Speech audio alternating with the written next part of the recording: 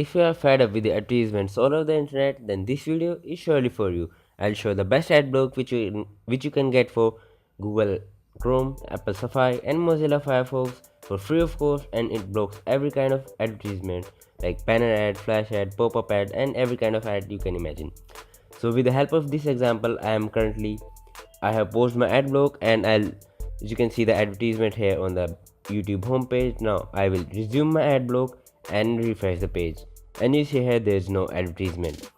So all the time I'm using it, it has blocked more than 47,000 advertisements for me, and you need to install it only on Google Chrome, and if you're using Mozilla Firefox and Safari on the same device, so it will be automatically added to all of them. So you need not to differently install it for every app. Now to get it, head over to Chrome Web Store.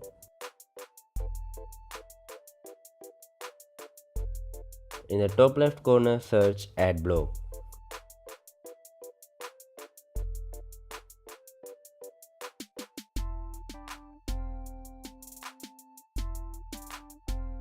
Now this is the first option which is offered by the getadblock.com. You can also use Adblock Plus, which is also the same kind of version, and as you can see here, it can block every different kind of ads like banner, text ad, and works for Chrome and Safari. It also works for Mozilla Firefox, and it has blocked like Facebook, YouTube ads. Now it is green for me, but it will be blue for you. You have to click plus add to Chrome, like I'll show with the help of next example. Click on Adblock Plus and click on add to Chrome. The first pop-up, it is like click on add extension, and it will be automatically added to the Chrome, and you can see it in the top right corner below the minimize button here.